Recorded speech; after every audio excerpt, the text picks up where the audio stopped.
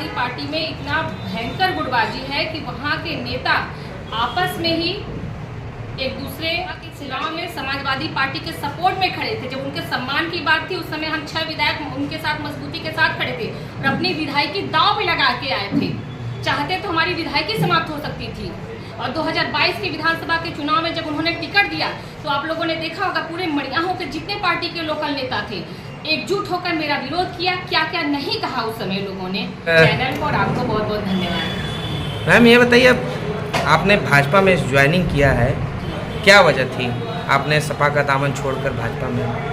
हाँ, देखिए सबसे पहले तो मैं इस पर यही कहूँगी कि मैं भारतीय जनता पार्टी के सभी वर्गों, जातियों, धर्मों को साथ लेकर चलने और समान भागीदारी की नीति से प्रभावित होकर और इस देश के आदरणीय प्रधानमंत्री श्री नरेंद्र मोदी जी और इस प्रदेश के यशस्वी मुख्यमंत्री श्री योगी आदित्यनाथ जी की प्रेरणा से मैं आज भारतीय जनता पार्टी में की सदस्यता में ग्रहण की हूँ।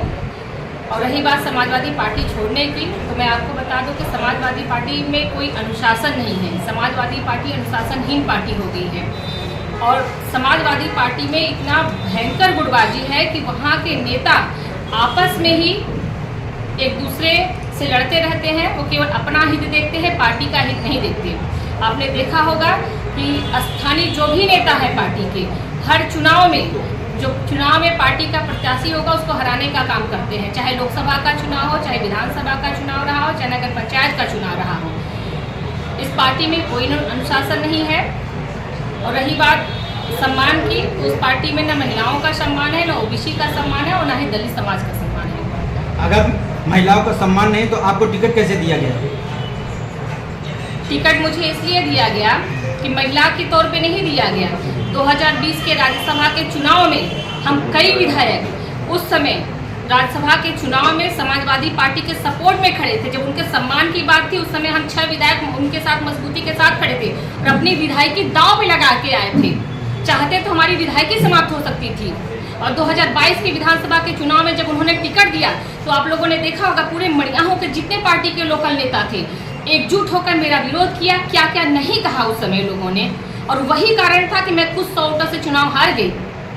और इतना समय बीत जाने के बाद भी लगातार मैं पार्टी में गुहार लगाती रह गई, करती रह गई, लेकिन पार्टी ने एक सिंगल कार्रवाई तक नहीं की। क्या मुझे पीड़ा नहीं होगी? मैम ये बताइए कि अभी अखिलेश यादव का एक ट्विटर हैंडल पे मैसेज आया है 2000 नोट की तरह बदलते गए, इस पर आप क्या कहेंगे? देखिए मैं इस पर यही कहूँगी कि अखिलेश यादव जी के विषय पे जो टिप्पणी नहीं करूँगी, लेकिन मैं इतना ही कहूँगी अभी वो पॉलिटिकली बहुत अनमेच्योर है। इशारा तो वहीं पे था।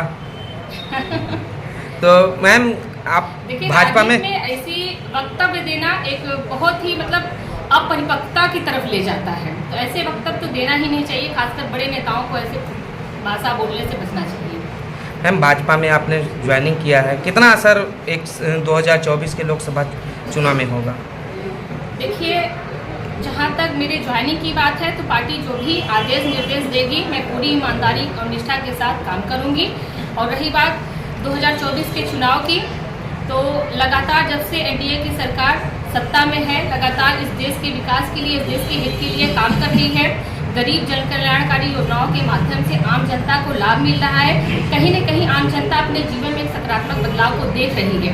यही सब कारण है कि लगातार निरंतर भारतीय जनता पार्टी के प्रति लोगों का जुड़ाव बढ़ रहा है, लोगों की लोकप्रियता उसके प्रति बढ़ रही है।